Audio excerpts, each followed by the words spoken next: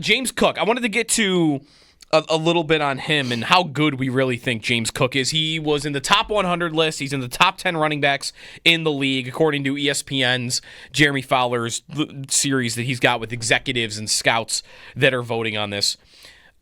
James Cook through 3 years with the Bills. Here's a little instant trivia to get the gears grinding this morning. James Cook through 3 seasons with the Bills has 2,638 rushing yards. There are 6 Bills running backs that have had more in their first 3 seasons with the team, ever. Who are the 6? OJ. OJ did not. Really? OJ is 14th.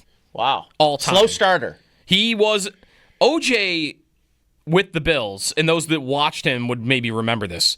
His first 3 seasons, rushing totals, 697, 488, 742.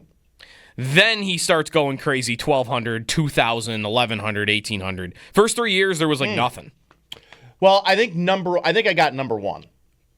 It's Travis Henry. Travis Henry. I actually tweeted this out asking yesterday because that surprised me that all the great running backs, Hall of Fame running backs, the Bills have had in their history, if you just go, who had the most yards and the most touchdowns in their first 3 seasons with the team? Travis Henry. Travis Henry's the answer to both of those. Yeah.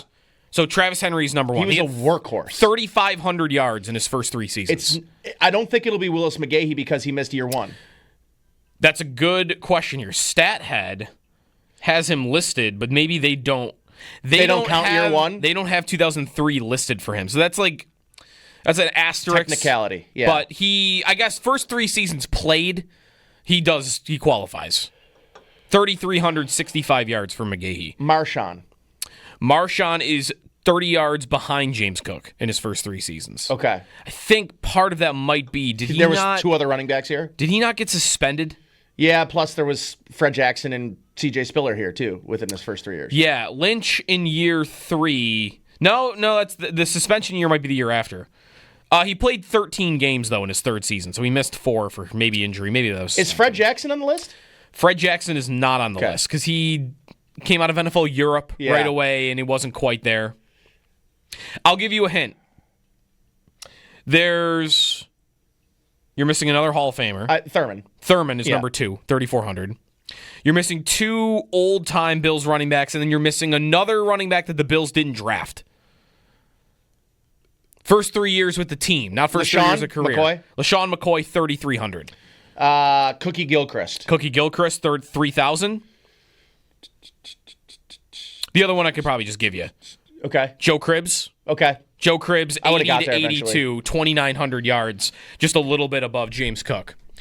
Did not mention on that list, no OJ. Yep. No Fred Jackson. No Josh Allen, by the way, but we're not, for this conversation, that's different. No C.J. Spiller. He only had 2,100. Yeah, he just didn't get a lot of touches. Right.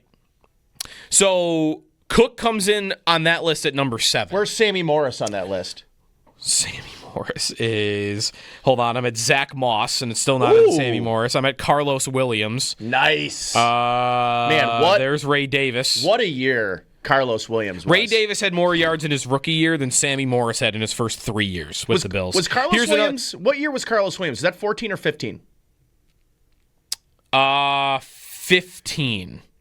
That was 15. It was him and McCoy. It was the most electric I ever remember that running back room being. He had 9 touchdowns for the Bills in his rookie season, Carlos Williams, and then never played again. Never played. That was it. Has anybody ever done that? Scored that many touchdowns in their one and only season in the NFL? Who has played just 1 season in the NFL and had more than 9 touchdowns? I bet you nobody in NFL I don't history. think, yeah, I bet you he's probably the only one. We'll try to find that. That might be tough to track down that record.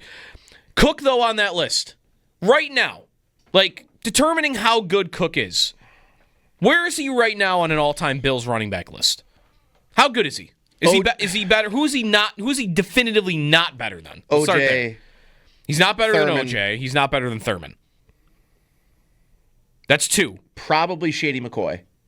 You've got him being better than LaShawn McCoy? No. I have LaShawn McCoy being better. Okay. Is he better than Travis Henry? I would say not. I mean, not by the numbers. Henry in his first 3 years, most ever. Yeah. I would say so. Those 4. Henry is one of those guys where I'm young when he's playing, so I remember him being good, but I mean, I'm 9 years old when he's on the team. It's tough for me to remember how good he was considered. Yeah. Like league-wide, like he was a good Bills running back, but was Travis Henry ever thought of as like, oh, this guy's one of the better running backs in football? The problem is he was in the era of running backs. Yeah, Priest Holmes and Jamal Lewis and like just great Clayton running backs. Portis. They mattered. Yep. Like now it's kind of like there's 5 players and everyone else kind of doesn't matter. Right. Which makes it easier for Cook to land 8th on a list like that. Yeah. So Henry, is he better than Fred Jackson? Would anybody put him above Fred Jackson on an all-time Bills list? No, right? Yeah, but that's just because the vibes were. That's Fred Jackson's the vibe guy. Mm-hmm. He was great. He was for great. What? 3 years? 3. See, again, that's the thing with Cook. We're in this 3-year window in the bubble, and it probably ends up only being 4 years. I don't think there's a strong possibility right now that he's here past that. It still could happen. Is he better than C.J. Spiller? Yes, definitively, I would say. Definitively? Yes. Spiller had 1 monster season. That's it. And I will say that 1 monster season is as good as I've ever seen a Bills running back look. Yes.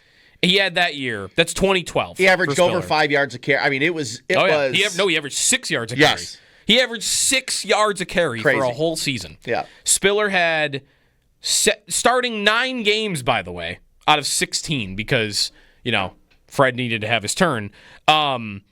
Spiller had 1,700 total yards and 8 touchdowns. So, but that's really only the one big year. He had 933 yards the year after that, 1,100 total. So, yeah. By the numbers and just by watching them, Cook is better. Cook's a more effective back, more consistent back, right? Spiller was just the one pop boom year where he looked like one of the best running backs in football. It was speed. He never looked like that otherwise. Yeah, it was speed that this is the thing I'll say about James Cook is a lot of the criticism of Cook was he had a lot of the same issues that CJ Spiller had, which was the patience, finding the hole. Like it was just, okay, well, I'm going to get the hole, I'm going to break it to the outside and try to outrun people. And that was CJ Spiller. Even in the season he averaged 6 yards a carry, it was like, well, he's not an inside guy. That's what you'd have Fred Jackson on the field for, to run those inside plays. And you just wanted to try to get CJ Spiller in space. Their screen game was unbelievable with Chan Gailey and Ryan Fitzpatrick and using him that way. And I think the thing that's developed the most for James Cook is him as a patient runner, as being able to hit the holes, using his speed as a breakaway tool, not as his primary tool as a runner inside. He's one of the, I would say, more effective / inside runners in the league. Yeah. Oh, totally. I think the vision that Cook has is one of the best in football. Yes. Is he better than Willis McGahee?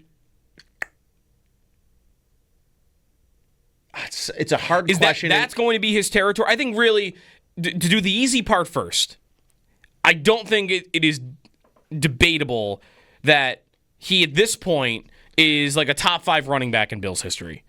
Even with 2 monster years, like some teams that would be true of. Yeah. Like not every team's got great running backs throughout their history, but he's not Thurman, OJ, and to be respectful, I think, to guys that played in the 60s, 70s, and 80s, I think Cookie Gilchrist and Joe Cribbs are above him.